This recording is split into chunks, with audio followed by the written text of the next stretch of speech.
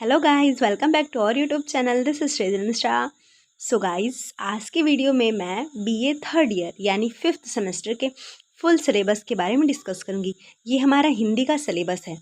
शायद आप सबको इस बात से आप सब भली भांति अवगत होंगे कि इससे पहले जो हमारा एग्ज़ाम होता था वो हर सेमेस्टर में हमें सिर्फ एक पेपर देना होता था। लेकिन अब ये जो न्यू एजुकेशन पॉलिसी आई है, इसके थ्रू आपको एक सब्जेक्ट के एक सेमेस्टर में 2 एग्ज़ाम देने पड़ेंगे। जैसे कि अगर हम थर्ड ईयर की बात करें तो आपको थर्ड ईयर में अगर आप हिंदी लिए तो आपको हिंदी का 4 एग्ज़ाम देना पड़ेगा। ये हमारा है जो है थर्ड ईयर में फिफ्थ सेमेस्टर, उसमें हमको 2 एग्ज़ाम देने होंगे फिफ्थ सेमेस्टर में। एक हमारा साहित्य शास्त्र और हिंदी आलोचना है, और एक और है जिसका नाम है हिंदी का राष्ट्रीय काव्य। मीन्स कि आपको फिफ्थ सेमेस्टर में भी आपको 2 पेपर देने होंगे। तो आज हम फर्स्ट पेपर हिंदी साहित्य शास्त्र और हिंदी आलोचना देखेंगे। इसमें मैं यहाँ पे आपके जो मार्क्स हैं वो मैं दिखा रही हूँ, ठीक है। ये आपका क्वेश्चन पेपर कितना 100 मार्क्स का होता है, जिसमें से 75 का आपका एग्ज़ाम होता है, और जो 25 होता है वो आपका प्रैक्टिकल होता है। क्योंकि अभी हर सब्जेक्ट को कर दिया गया। इसमें से अगर आप 10+ ला देते हैं प्रैक्टिकल में तो भी आप पास हो जाते हैं, और इसमें 75 से अगर आप 30 भी ला देंगे तो भी आप पास हो जाएंगे। तो चलिए, और अब हम क्या करते हैं कि बिना देरी के अपना वीडियो स्टार्ट करते हैं, और यूनिट वाइज आपको first paper BA fifth semester के फर्स्ट पेपर के बारे में समझा देते हैं। पहला हमारे यूनिट के टॉपिक का नाम है भारतीय काव्य शास्त्र, जिसमें आपको काव्य प्रयोजन, काव्य लक्षण, उसके बाद काव्य हेतु, फिर काव्य का स्वरूप, और उसके बाद काव्य की आत्मा पढ़ना है, ठीक है। ये हमारा फर्स्ट यूनिट है। फर्स्ट यूनिट में हमको इतना पढ़ना है, ठीक है। भारतीय काव्य शास्त्र में आपको 5 टॉपिक पढ़ने हैं। उसके बाद हम सेकंड यूनिट की बात करें तो हमारे सेकंड यूनिट का नाम है भारतीय काव्य सिद्धांत। भारतीय काव्य सिद्धांत, इसमें भी हमको टोटल 6 सिद्धांत पढ़ने हैं। 6 सिद्धांत में पहला हमारा है अलंकार का सिद्धांत, दूसरा हमारा है रीति का सिद्धांत, तीसरा हमारा है रस का सिद्धांत, चौथा हमारा है ध्वनि का सिद्धांत, पांचवा हमारा है वक्रोक्ति का सिद्धांत, और लास्ट हमारा औचित्य का सिद्धांत। ये पूरे 6 सिद्धांत हमको सेकंड यूनिट में पढ़ने हैं। उसके बाद बात करें हम थर्ड यूनिट की, तो थर्ड यूनिट में हमारे टॉपिक का नाम है साहित्य शास्त्रीय अवधारणाएं। साहित्य शास्त्रीय अवधारणाएं, इसमें हमें 4 टॉपिक पढ़ने हैं। पहले टॉपिक का क्या नाम है काव्य रूप। पहला हमारा क्या है काव्य रूप, दूसरा हमारा है काव्य गुण, तीसरा हमारा है शब्द शक्ति, और चौथा यानी लास्ट हमारा है काव्य दोष। थर्ड यूनिट में ये 4 टॉपिक हमको पढ़ने हैं। नेक्स्ट उसके बाद हमारा आ जाता है फिफ्थ यूनिट।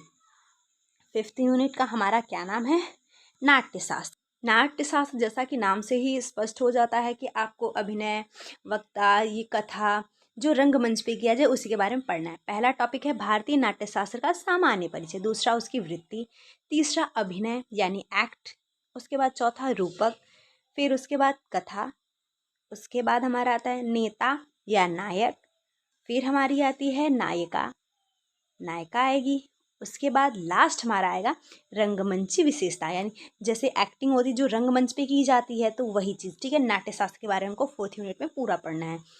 तो ये हमारे फोर्थ यूनिट का इतना टॉपिक है जो हमको पढ़ना है। अब हमारा अगला क्या है फिफ्थ, पाश्चात्य शास्त्र, ठीक है। हमें पाश्चात्य शास्त्र के बारे में इसमें स्टडी करना है। पहला इसमें हमको किसके शास्त्र के बारे में, जो अरस्तु, अरस्तु आप लोग अरिस्टोटल के नाम से भली भांति अवगत होंगे। इनके बारे में अरस्तु का हमें अनुकरण सिद्धांत और विरेचन सिद्धांत पढ़ना है, ठीक है। अनुकरण का सिद्धांत और विरेचन का सिद्धांत, ये 2 हमको अरस्तु का पढ़ना है। सेकंड हमारे है कॉलरिज, जिनकी हमें कल्पना और फेटेंसी पढ़नी है, ठीक है। कॉलरिज की हमें कल्पना और फेटेंसी 2 चीज़ पढ़नी है। उसके बाद हमारे तीसरे कौन आते हैं वर्ड्सवर्थ, इनका काव्य भाषा का सिद्धांत हमें पढ़ना है, वर्ड्सवर्थ का काव्य भाषा सिद्धांत, ठीक है। उसके बाद हमारे अगले हैं रिचर्ड्स, इनका हमें संप्रेषक का सिद्धांत पढ़ना, ठीक है। फिर टी.एस. इलियट का निर्वैक्तिकता का सिद्धांत। हमको फिफ्थ यूनिट में इतने सारे टॉपिक्स पढ़ने हैं, ठीक है। उसके बाद आते हैं हम 6 यूनिट पे। जो हमारा 6 यूनिट है उसमें हमें हिंदी आलोचना का इतिहास तथा सिद्धांतिकी पढ़ना है, ठीक है। हिंदी आलोचना जो है उसका इतिहास और उसकी सिद्धांतिकी को हमको इसमें डिटेल में पढ़ना है। पहली हमारी टॉपिक का क्या नाम है हिंदी आलोचना का विकास। सबसे पहले हमें हिंदी की जो आलोचना है उसका विकास जानना है। उसके बाद उसकी सैद्धांतिक आलोचना, स्वच्छंदतावादी आलोचना, मार्क्सवादी आलोचना, मनोविश्लेषणवादी आलोचना, ठीक है। ये 6 यूनिट में हमको इतने सारे टॉपिक्स पढ़ने हैं।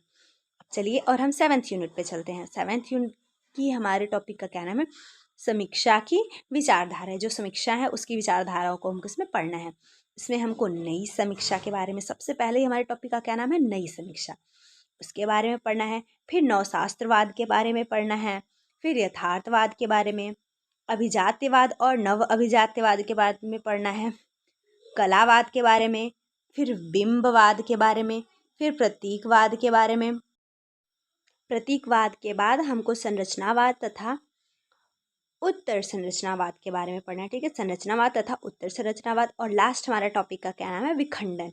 इतना सारा हमको 7th जो हमारा 7वां यूनिट है उसमें पढ़ना है।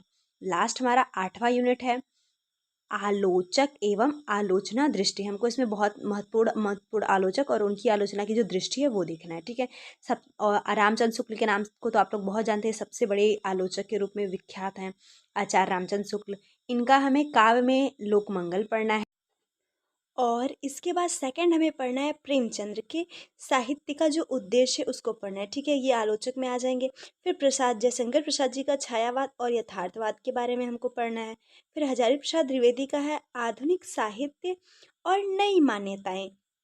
उसके बाद डॉक्टर नागेंद्र जी का हमारा है मेरी साहित्यिक मान्यताएं। ठीक है, उसके बाद अगले हमारे हैं आलोचक रामविलास शर्मा। इनकी तुलसी साहित्य में सामंत विरोधी जो मूल्य हैं, तुलसी साहित्य में सामान्य विरोधी मूल्य को हमको पढ़ना है। उसके बाद हमारे नामवर सिंह हैं, जिनकी कहानी और नई और पुरानी, जो उनकी कहानी नई और पुरानी उसको पढ़ना है। फिर लास्ट में हमारे मुक्तिबोध है, इनकी नवी कविता का आत्मसंघर्ष। BA third year 5th semester के फर्स्ट पेपर में इतना हमको पढ़ना है। सेकंड पेपर की वीडियो मैं जल्दी अवेलेबल करवा दूंगी। Thanks for watching my video.